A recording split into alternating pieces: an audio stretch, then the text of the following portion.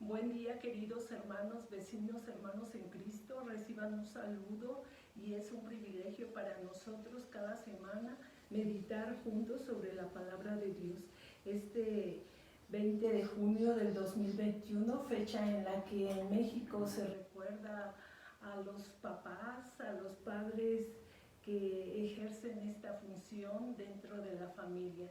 Reciban una felicitación y oramos para que el Señor les dé sabiduría al realizar las cosas de padre con los hijos. El tema del día de hoy lo llamé: eres enviado a predicar el Evangelio en un ambiente de incredulidad. Y está basado en el pasaje bíblico de 2 de Samuel 5, del 1 al 5 y del 9 al 10, Salmo 48 y Marcos 6, del 1 al 13. Los objetivos para esta mañana nos hablan acerca de que el Señor Jesús les dice a sus amigos que el dar testimonio a los que nos rodean muchas veces y es en un ambiente de rechazo, en un ambiente de desconsideración por parte de la gente cercana a quien lo hace, y muchas veces de sus mismos familiares, de sus mismos parientes. Y pues Él nos da esa enseñanza para nosotros realizar la labor, aunque suframos esas condiciones. Y otro punto importante: es indispensable tener fe para tener la salvación. Eres enviado a predicar el Evangelio en las fuerzas del Señor, no en fuerzas humanas. Y el pasaje también nos enseña que la hospitalidad que te ofrezca a la gente que te recibe, hay que apreciarla. También hay castigo para quien no recibe el Evangelio, y parte de la orden que el Señor nos enseña a decirles a las personas es que se arrepientan para tener vida eterna. Y el poder que el Señor Jesucristo da a sus seguidores es poder para echar fuera demonios, poder para ungir a los enfermos y que estos sean sanados en el nombre de Jesucristo. El propósito, como podemos ver, es afirmarse en la fe que las Escrituras nos enseñan para hablar de nuestro Señor. Y la ley espiritual es esta: somos enviados a llevar el Evangelio, esas buenas noticias, esa vida eterna que hay al creer en Cristo después de haberse arrepentido. Y el pasaje que se encuentra en el Evangelio de Marcos nos habla acerca de Nazaret. Es una ciudad de Galilea. Sabemos que el pueblo de Israel se dividía en 3 zonas: al norte Galilea, un poco al centro Samaria y al sur Judea. Y Nazaret se encuentra en la zona de Galilea, en el norte, y es esa ciudad donde vivió José y María, el hogar de Jesús, casi por 30 años. Y en esta zona se sabe que había cerca varias rutas comerciales que le daban contacto con las ciudades vecinas, y que estas rutas son importantes con el mundo externo. También es una zona geográfica que está rodeada por las fronteras de la tribu de Zabulón, y esto pues le daba cierto aislamiento, y quizás por esta razón también esa zona no era tan bien querida o de mucha fama, sino era despreciada. Esta ciudad estaba situada en un valle alto entre los cerros de piedra caliza de la cadena del Líbano, y se encuentra a 370 metros del nivel del mar, y tiene importantes carreteras que vienen de Jerusalén del sur y de Egipto, y un camino principal de Ptolemaida a Decápolis. El clima es muy benigno, y esto provoca que los frutos silvestres, las flores, fácilmente y tiene dos suministros de agua, uno llamado el Pozo de María y el Nuevo Pozo. Hagamos la lectura. Marcos 6. Jesús en Nazaret. Salió Jesús de allí y vino a su tierra y le seguían sus discípulos. Y llegado el día de reposo, comenzó a enseñar en la sinagoga. Y muchos, oyéndole, se admiraban y decían: ¿de dónde tiene estas cosas? ¿Y qué sabiduría es esta que le es dada? Y estos milagros que por sus manos son hechos, ¿no es este el carpintero, hijo de María, hermano de Jacobo, de José, de Judas y de Simón? ¿No están también aquí con nosotros sus hermanas? Y se escandalizaban de él. Mas Jesús les decía: no hay profeta sin honra, sino en su propia tierra, y entre sus parientes y en su casa. Y no pudo hacer allí ningún milagro, salvo que sanó a unos pocos enfermos, poniendo sobre ellos las manos. Y estaba asombrado de la incredulidad de ellos, y recorría las aldeas alrededor, enseñando. Amén. Nosotros vemos en el primer versículo que nos habla acerca de que Jesús fue a su tierra. Él se había establecido en Capernaum, como lo hemos revisado en los 3 domingos anteriores, y él de Capernaum se va un poquito como hacia el noroeste, donde está su tierra, Nazaret. Y dice que el pasaje nos refiere que en un día de reposo, en un día que se acudía a la sinagoga a leer la palabra, él empezó a enseñar y que muchos estaban admirados. ¿Cómo no estarlo, verdad? Con su enseñanza tan clara, tan directa, tan precisa. Y fue motivo de crítica lo que los líderes religiosos o la gente que le rodeaba hicieron sobre él, y decían: pues ¿por qué es tan sabio? ¿Y por qué hace esos milagros? ¿Qué no es el hijo de José, el carpintero? Y nosotros ahí podemos ver que ellos no ponían en duda las obras ni su sabiduría, sino el derecho de hacer tales cosas. En sus pensamientos, esos hombres consideraban indigno al Señor Jesucristo, que preguntan: ¿no es este el carpintero?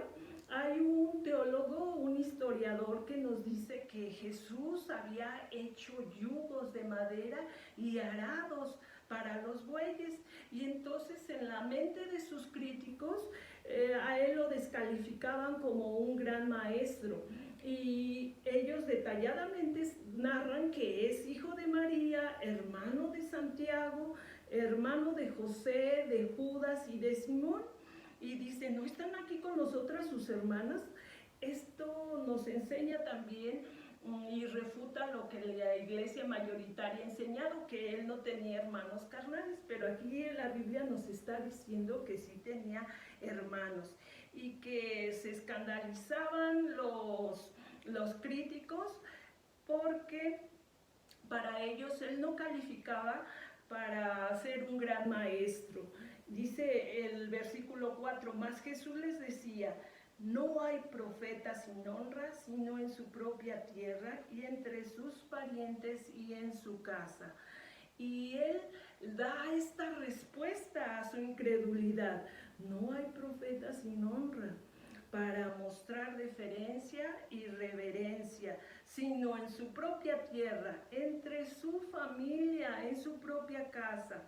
Sabemos que aquí María no tenía arte ni parte en esta incredulidad, pero definitivamente incluyó a los demás miembros de la familia, con José probablemente ya muerto.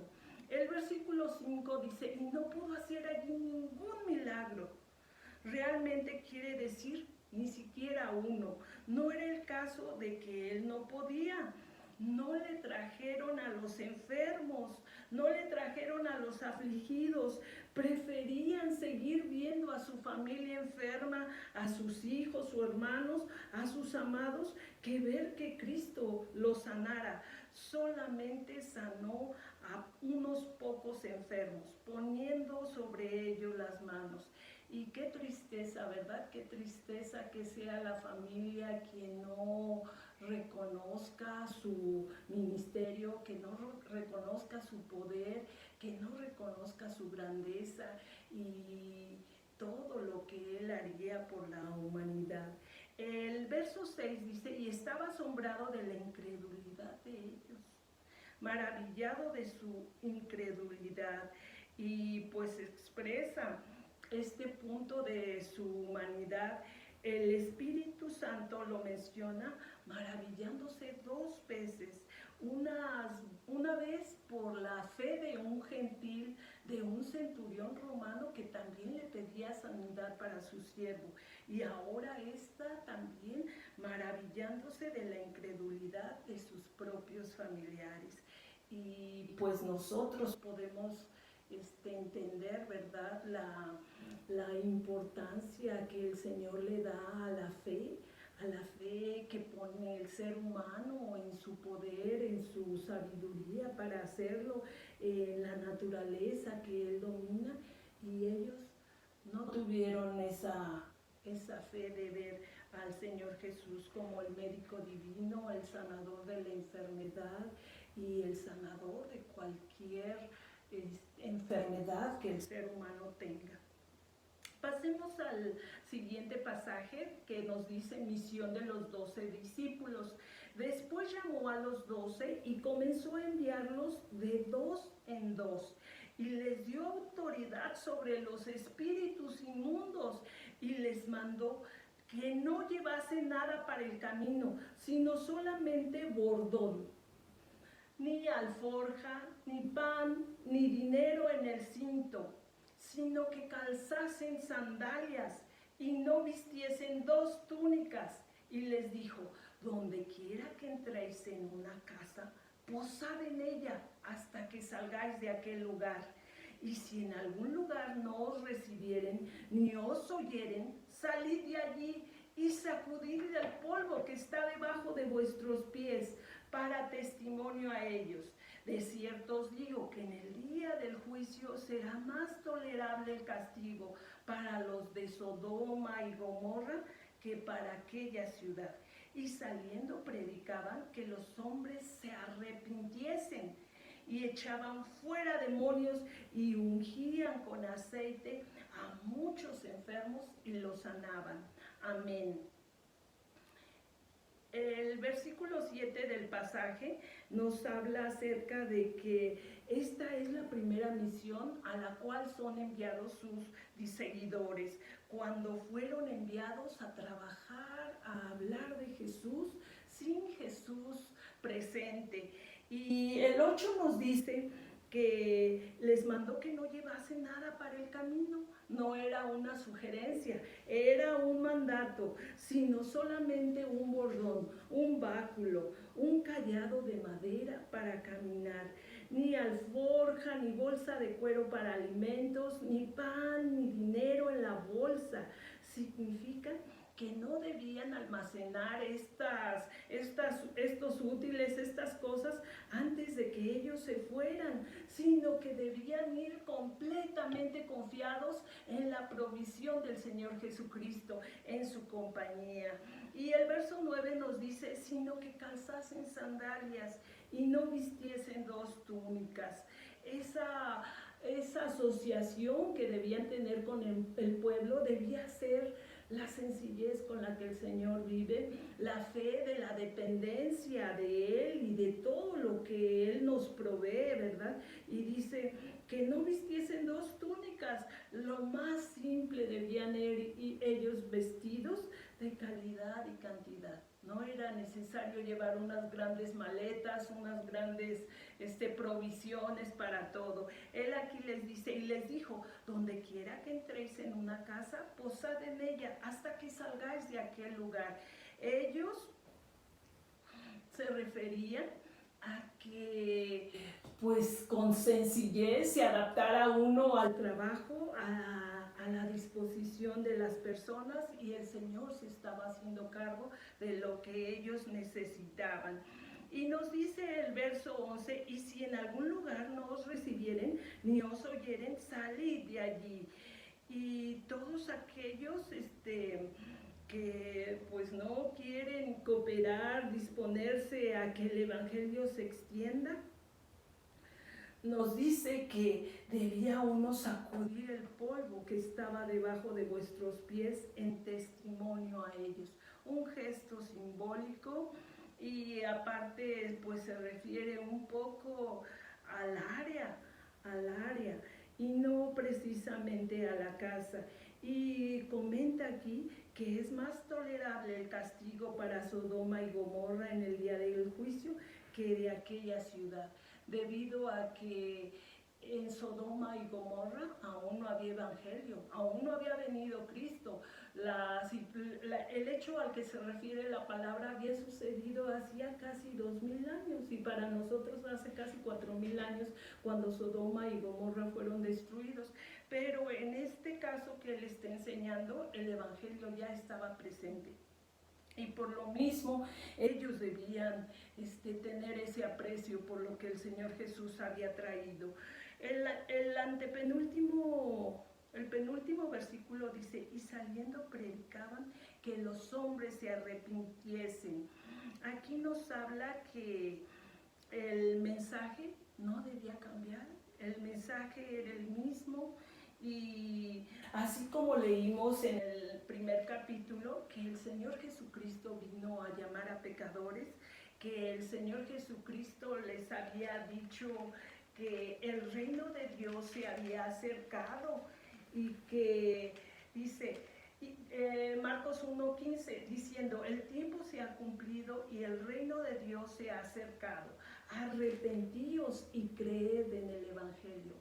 Aprecie el Evangelio, esas buenas noticias para el ser humano, esas buenas noticias de salvación, de promesa de vida eterna, al que cree en el Señor Jesucristo arrepentido.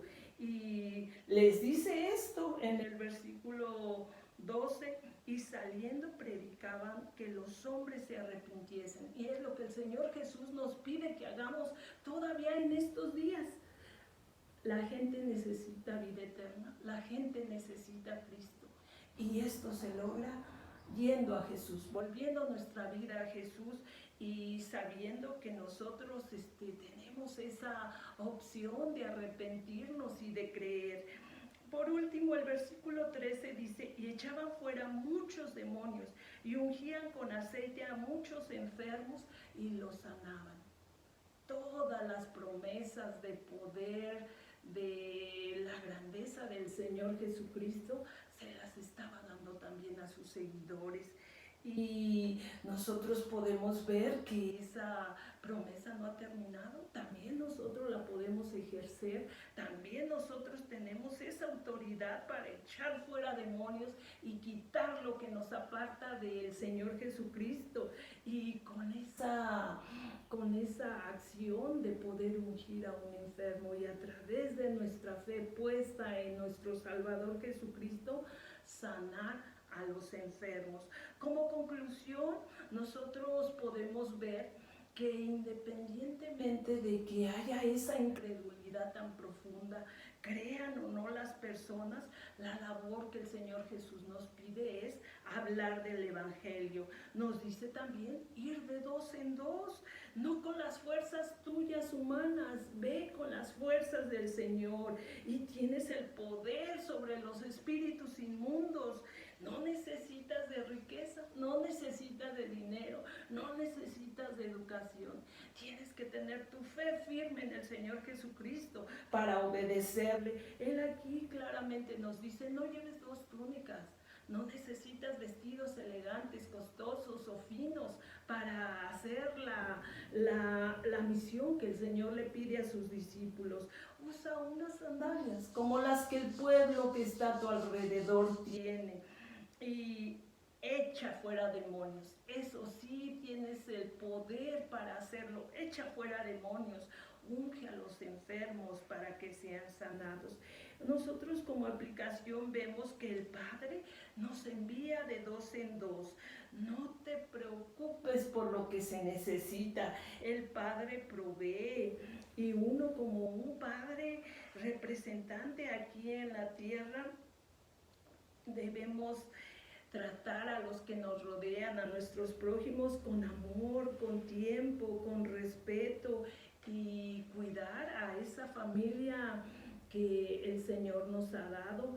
Sabemos que los padres, aún cansados, tristes, maltratados, se esfuerzan en proveer para sus hogares. Y pues el mensaje nos va hablando y va tocando nuestro corazón para que nosotros recordemos, crean o no, nuestro trabajo es enseñar.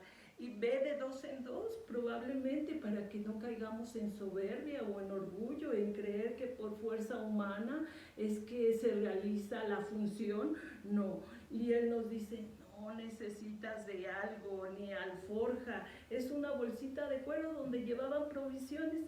No necesitas de pan, no necesitas de dinero, de unas grandes sandalias o unas elegantes túnicas. Tienes todo, porque el todo es ese valor espiritual de las cosas que el Señor Jesús da. Echar fuera demonios, ungir con aceite a los enfermos y sanarlos. Podemos ver en la primera parte del pasaje que la incredulidad cosecha deshonra. Así fue como trataron al Señor Jesús. La incredulidad trae pena, trae tristeza, y no una tristeza pasajera, sino una tristeza eterna. Solamente es a través de Jesucristo que podemos estar sin mancha, ser parte de una iglesia sin mancha. Y el Señor nos recuerda que nosotros no debemos descuidar nuestros deberes en lo que esperamos que el Señor Jesús regrese, en que Él venga por segunda vez, y debemos recibir con hospitalidad a quienes hacen estas funciones. También debemos, pues dijéramos que no estar pensando en la fecha señalada cuando Él regrese, sino que nosotros de momento tenemos que predicar el Evangelio y pedirle a todos, como también así nosotros lo necesitamos, arrepentirnos de nuestro mal comportamiento. Y no podemos estar preparándonos a que Jesús venga sin hacer nada, o estar esperando y gozando del placer de ser servidos. No, el Señor nos pide trabajar y nos pide que prediquemos y que le recordemos que el hombre necesita arrepentimiento. Y nosotros sabemos que el Padre nos envía, de qué manera nos dice, ¿verdad? Ven mis fuerzas, ve en amor por la gente cercana a ti, por tu familia, pero también extiende este amor a los demás. Y yo pudiera decir como conclusión, el reino de Dios, su gloria, la vida eterna, es para sus hijos y para quienes le obedecen, no para quienes piensan en sí mismos, y los que creen que Jesús no va a venir, que incluso hasta se pueden burlar de lo que la palabra dice y creer que todo sigue igual.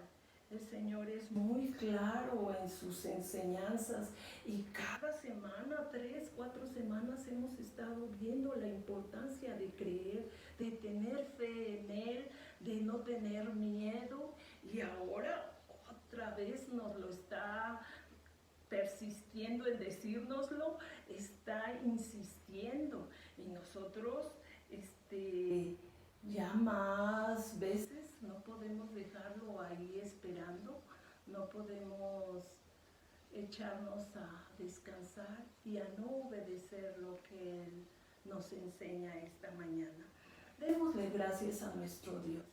Señor Jesús, gracias por tu palabra que nos recuerda incluso nuestros errores, Señor. Perdona si algunas veces no tenemos la fe, tenemos ese pecado tan grave que es la incredulidad, Señor. Padre, permite que nosotros te esperemos como lo dice tu misma escritura, velar y orar para que no entremos en tentación y que estemos preparados para cuando tú vengas, Señor Jesús, y podamos abrirte pronto la puerta sin temor, Señor, porque aprovechamos el tiempo y toda la enseñanza que nos diste. Guarda a los padres este día en el que reconocemos la labor tan importante que ellos realizan.